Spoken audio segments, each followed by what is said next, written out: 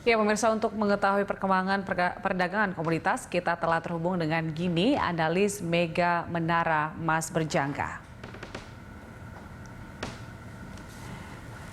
Ya, Bu Gini, seperti apa tren Halo. transaksi komoditas hingga tengah pekan ini?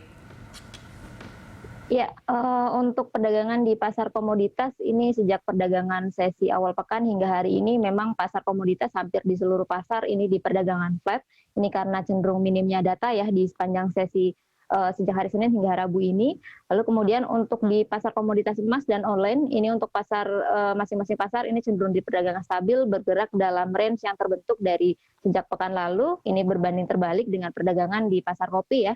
Ini untuk harga kopi cenderung mengalami penguatan sentuh level tertinggi dalam 3 minggu terakhir. Ini pasca laporan untuk ekspor kopi dari negara produsen kopi terbesar ini mengalami penurunan sebanyak 1,6% selama periode bulan Maret. Jadi ini cenderung mendukung untuk penguatan di pasar kopi di sesi perdagangan pekan ini. Iya, seperti apa pengaruh rilis data ekonomi Amerika Serikat terhadap harga emas hingga akhir pekan? Ya, untuk data ekonomi AS ini terlihat dari laporan inflasi yang dirilis di sesi hari Selasa malam kemarin. Ini terlihat pasar emas nampaknya cenderung mengabaikan dari hasil data inflasi ya. Hal tersebut ini market melihat nampaknya cenderung terfokus pada penghentian sementara untuk penggunaan vaksin Johnson Johnson di Amerika. Ini yang datanya memang dirilis 1 jam sebelum laporan inflasi sendiri dirilis. Ini untuk sesi hari ini untuk pasar emas juga masih cenderung diperagakan flat ya, bertahan di atas level 1740 dan nampaknya ini juga akan cenderung terbatas kenaikannya hingga di sesi malam nanti kita akan menunggu untuk jadwal press conference dari kepala The Fed ini dari Jerome Powell sekitar jam 11 malam. Ada beberapa data yang ditunggu. Dan kemudian untuk harga oleng dan kopi untuk pekan ini, apalagi sudah masuk ke pekan puasa, bagaimana Bu Gini? Ya, untuk perdagangan di pasar online ini memang nampaknya akan mengalami sedikit peningkatan ya, merespon juga dari beberapa sentimen positif khususnya dari laporan neraca perdagangan China ini sebagai salah satu konsumen komoditas terbesar di dunia. Ini untuk sesi kemarin juga laporannya cukup positif, ini juga cukup mendukung untuk penguatan di pasar minyak dan khususnya untuk pasar online juga. Lalu kemudian untuk di pasar kopi, ini untuk di pekan ini nampaknya akan cenderung mengalami penguatan, merespon dari penguatan dari harga kopi di pasar ICE Futures Amerika sendiri. Ini untuk pasar kopi sendiri dari Citigroup ini memberikan perkiraan untuk harga kopi ini untuk kopi diperkirakan akan mengalami kekurangan pasokan ya. Hal ini juga salah satunya menjadi penyebab dari gangguan cuaca ekstrim yang cukup mempengaruhi hasil panen di beberapa negara penghasil kopi. Dan ini cenderung menguntungkan untuk harga kopi secara keseluruhan.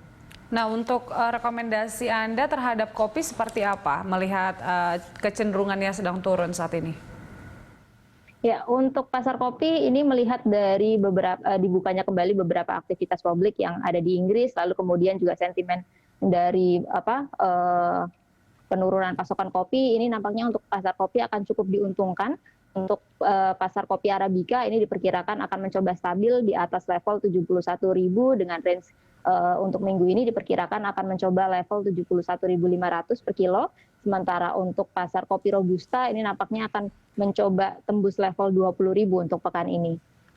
Baik, nah kita beralih ke kakao untuk saat ini seperti apa, Bu Gini? Untuk pasar kakao sendiri ini cenderung lebih flat ya dibandingkan dari pasar kopi maupun dari pasar online. Untuk pasar kakao memang ini pasar nampaknya cenderung menunggu dari beberapa laporan yang akan dirilis untuk minggu ini. Ini untuk laporan dari penggilingan kakao sendiri ini diperkirakan akan dirilis dari pasar Eropa, nanti akan dirilis datanya hari ini, kemudian disusul dengan beberapa laporan yang sama dari Amerika nanti akan dirilis pada sesi hari Kamis, dan untuk laporan penggilingan kakao di pasar Asia sendiri nanti datanya akan dirilis di sesi hari Jumat. Dan nampaknya ini akan cukup menjadi antisipasi untuk pasar untuk melihat nanti pergerakan kakao untuk seminggu ke depan. Baik, itu dia ya untuk kakao. Nah, ini jika kita lihat bagaimana tren emas saat ini, kemudian dolar Amerika Serikat dan obligasi, daya tariknya seperti apa saat ini, Bu Gini?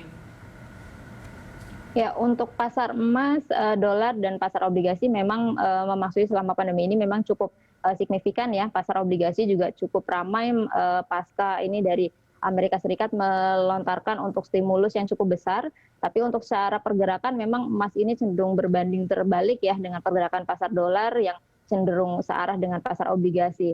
Dan pelemahan dolar untuk dalam 2 pekan terakhir ini juga cukup menguntungkan untuk pasar emas. Secara tren ini untuk pasar emas berpotensi melemah tipis di area 1736, tapi untuk level tersebut ini kita bisa jadikan sebagai level untuk buy on weakness. Jadi untuk penurunan moderat yang terjadi di pasar emas ini cenderung disarankan untuk sebagai aksi beli.